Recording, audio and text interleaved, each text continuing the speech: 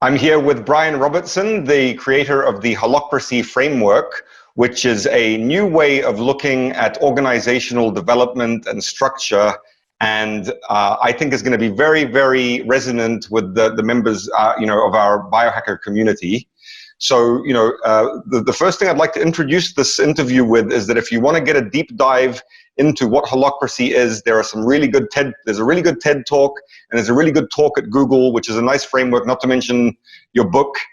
But what I'd like to do is dwell a little bit upon the looking at the organization as an organism and the cells and the organs, and because that's exactly what we do as biohackers with our metabolisms.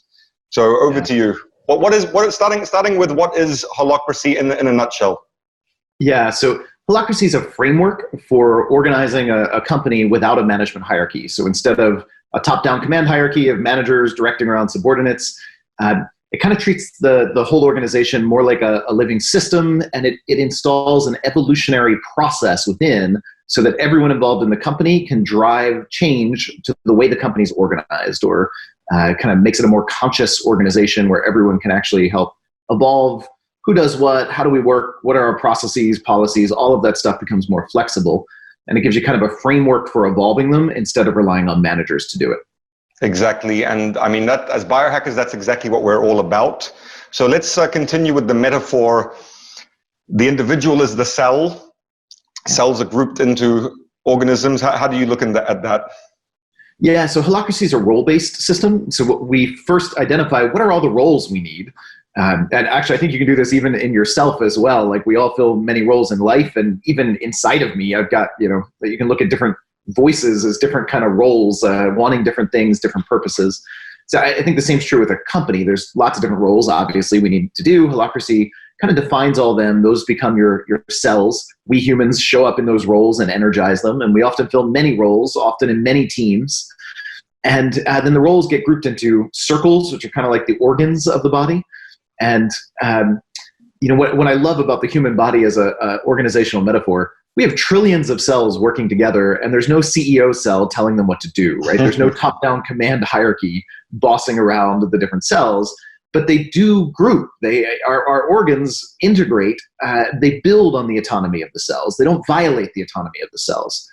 And that's kind of the same metaphor that Holacracy uses or brings into an organization. You have teams, but the team or the circle's job is, it's not to boss around. There's no manager, bossing people around on the team.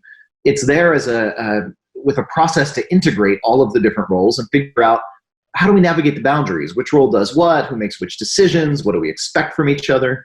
So every team has that autonomy and does its own kind of self-governance process. And one other thing I think your group particularly will appreciate, you can't change anything without consciousness, right? You have to sense something before you can adapt something, before you can choose what to do about it.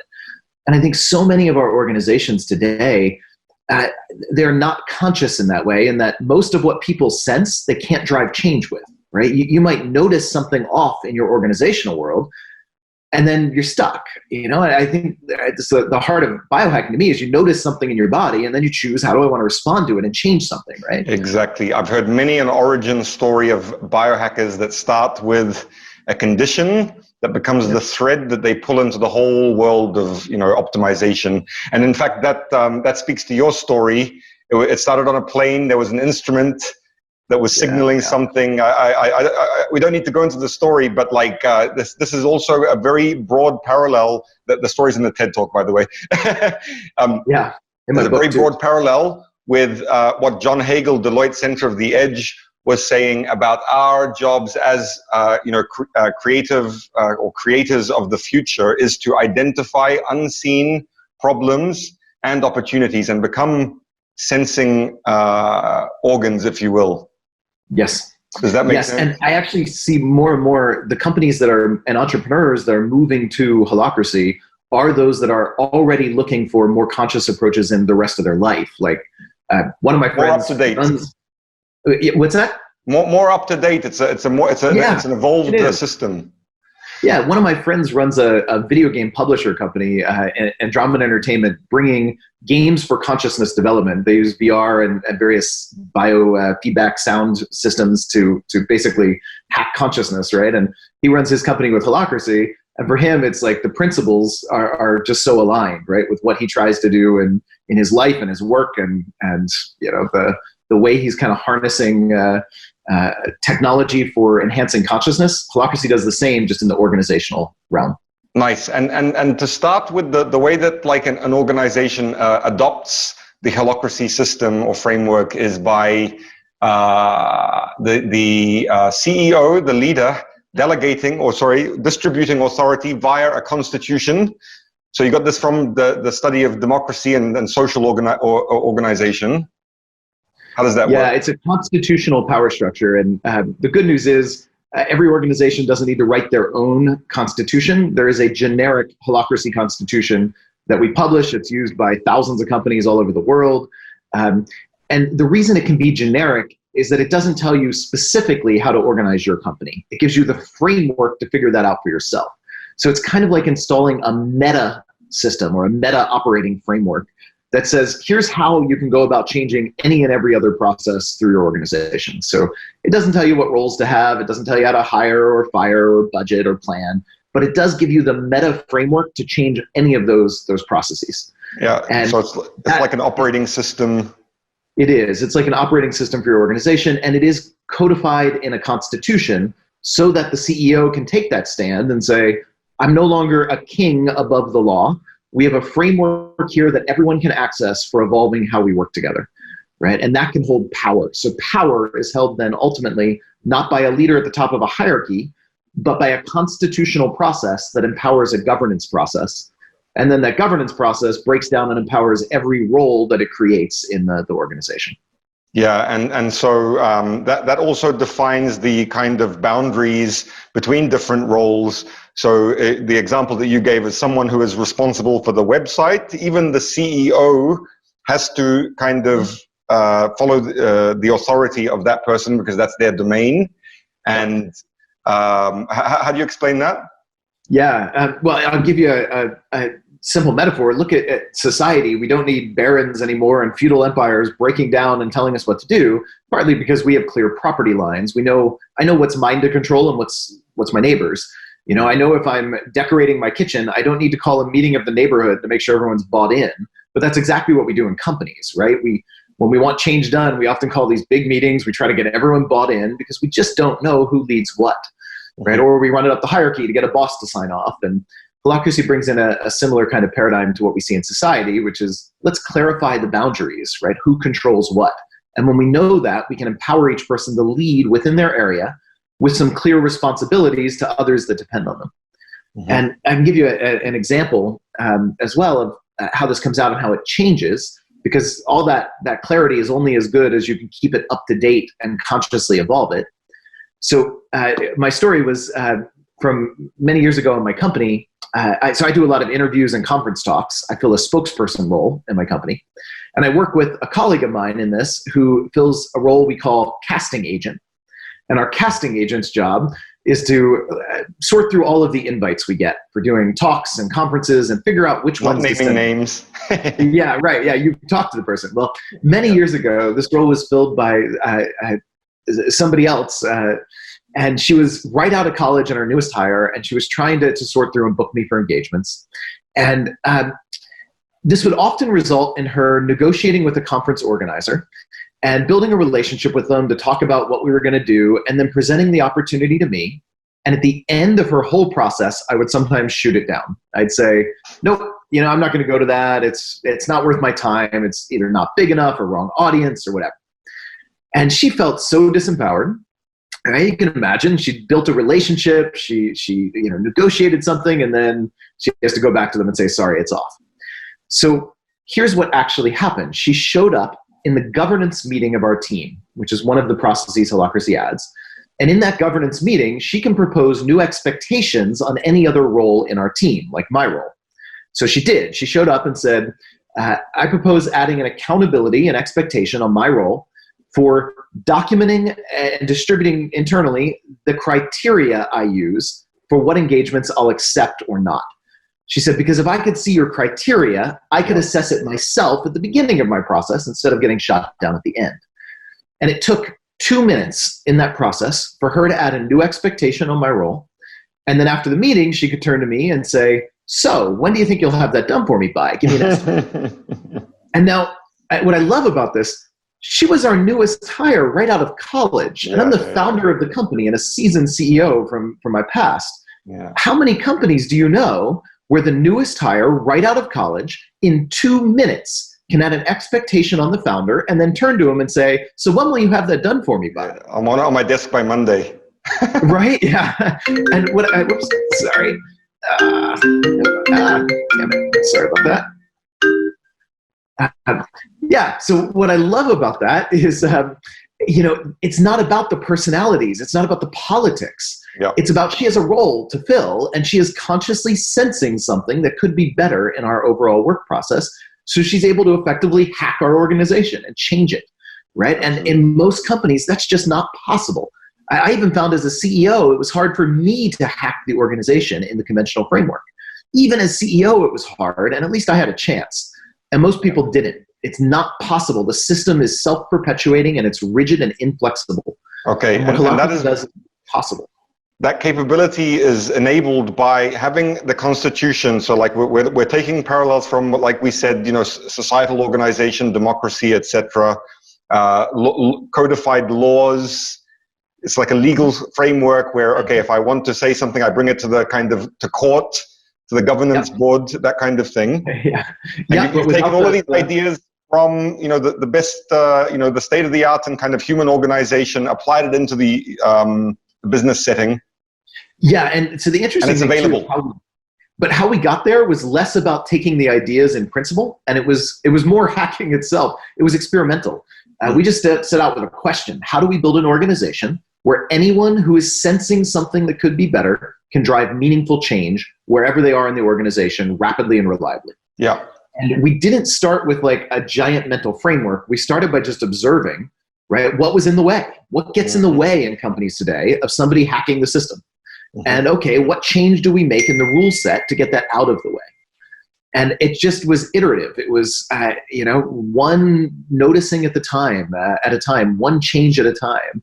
And we started then documenting the rules, and that eventually led to the first version of the Constitution. We're now about to release version 5.0. It's version controlled, just like open source software. Yeah. And so the whole thing has been this itself a process of hacking the meta framework of how we organize. Amazing. By noticing whatever it is that's in the way and making changes.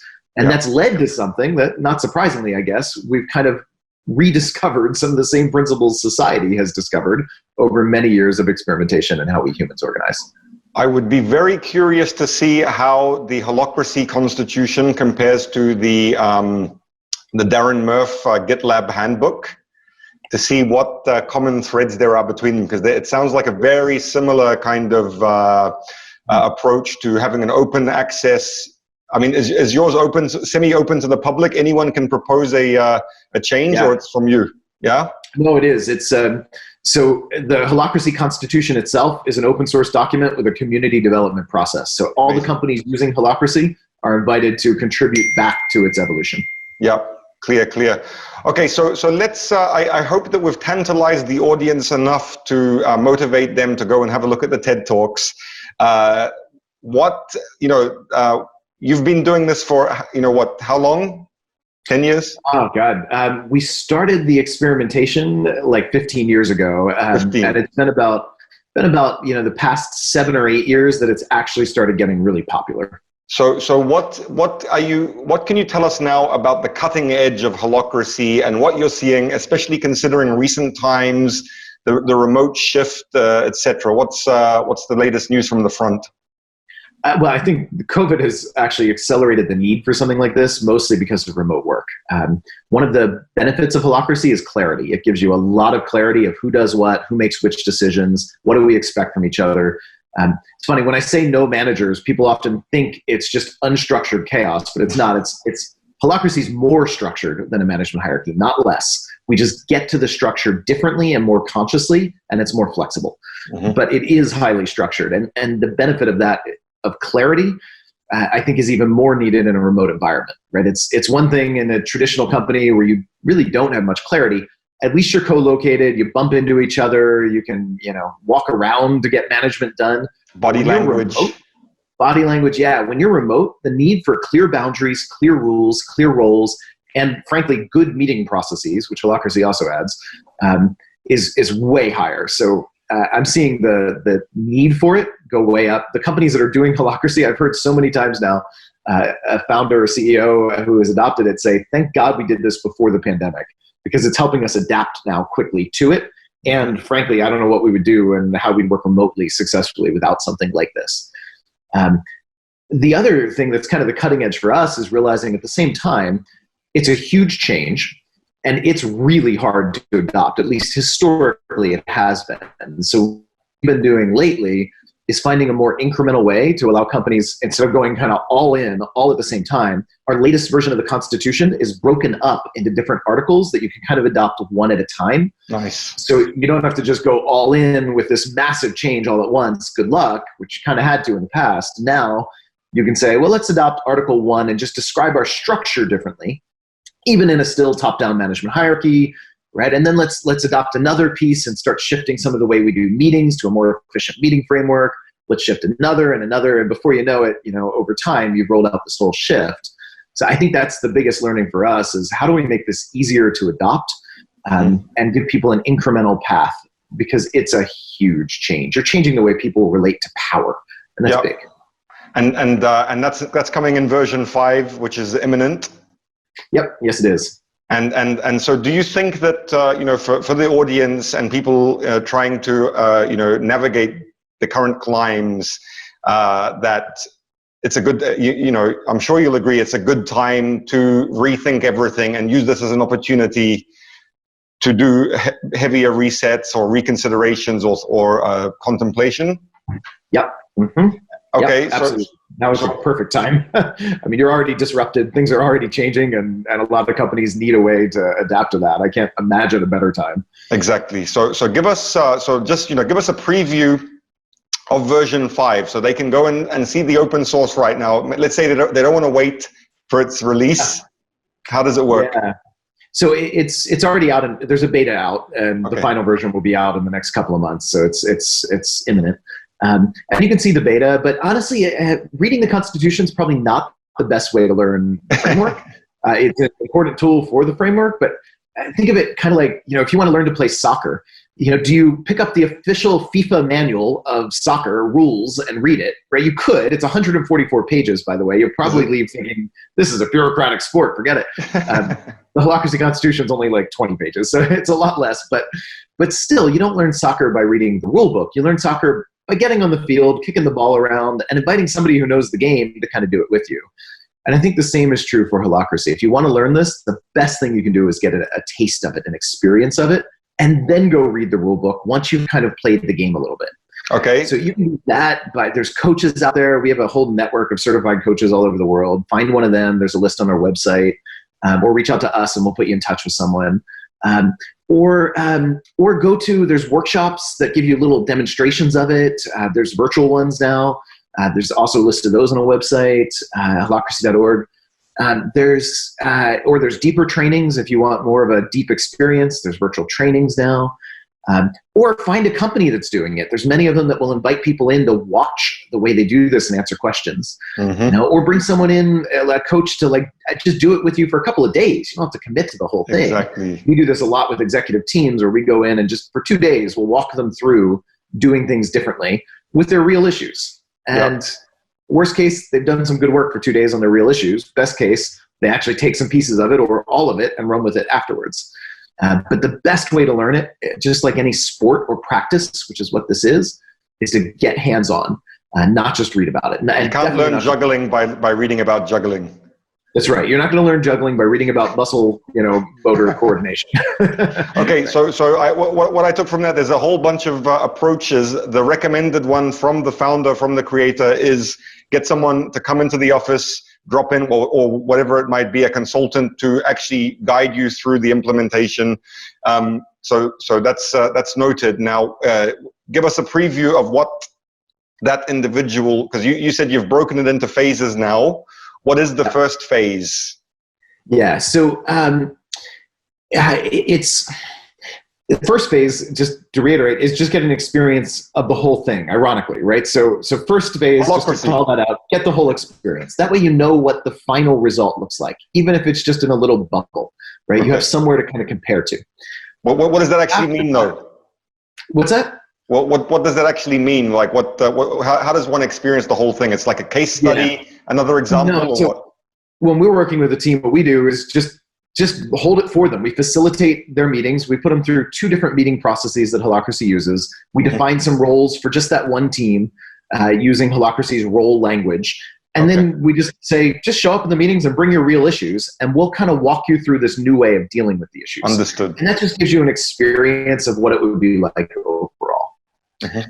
And you can also get that in an online workshop or training, maybe not with your real issues, but still get the sense of it. Then, if you want to move forward after that, next step, there's a role structure that you need to start with. And the mistake a lot of people make here is they try to document and define all of the roles in their whole company in detail, and they end up with a way too complex structure. So instead, you want a lightweight starting point structure using Holacracy's unique way of describing roles. You can read more about that in my book or some online resources. But there's a way of breaking down the roles, but you don't want in-depth details. You want just high level. What's the purpose of this role? Why does it exist? Right? In one sentence. And then maybe if you have an expectation or 2, high level, rough, put that in there, but no more. Don't document. You're not trying to recreate job descriptions. They're useless. Right? So just get some rough mapping of here are all the roles we need in our team at a high level. And do that in every team you're going to adopt this in or start with this in. Right? And those teams are connected. There's a whole kind of nested structure that Holacracy gives you. So you come up with a starting structure in this new language.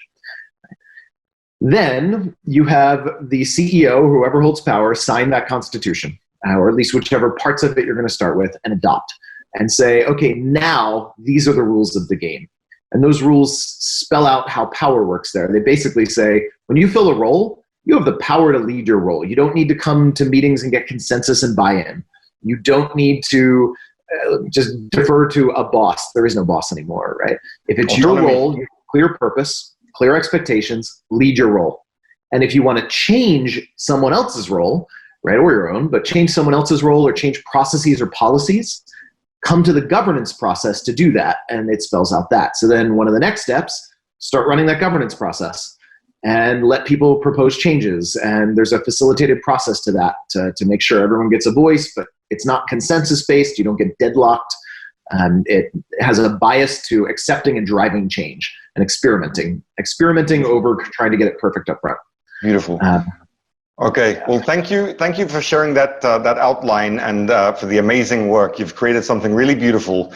I'd like to wrap up by giving you the chance to share the most powerful or important idea that you'd like to share with our audience, and I would like to inform you that we might use it as a teaser for your talk on the social media. So what would that be, considering the uncertain times that we're in, ambiguity, volatility, etc.? Yeah, I think in times like we're in today, especially, we need more conscious companies. And conscious companies are driven by conscious individuals who have the right processes to drive change in the company. If your company cannot harness the consciousness of everyone within, if anyone in that company can't sense something that could be better and drive change with it, then you don't have a conscious company, and you don't have a company that can adapt to a turbulent, rapidly changing environment. So if we want more conscious companies who can adapt in times like these, we need processes to harness the consciousness of everyone within. Bravo. Thank you so much, Brian. It's been a pleasure. We will link to your preferred materials. I strongly recommend the TED Talk and the Google Talk. And anything else from your side? The website? Yeah, you could link to the book, but all that, the website will get you everywhere else from there. That's great. Okay. Thanks you so much. Great. See ya.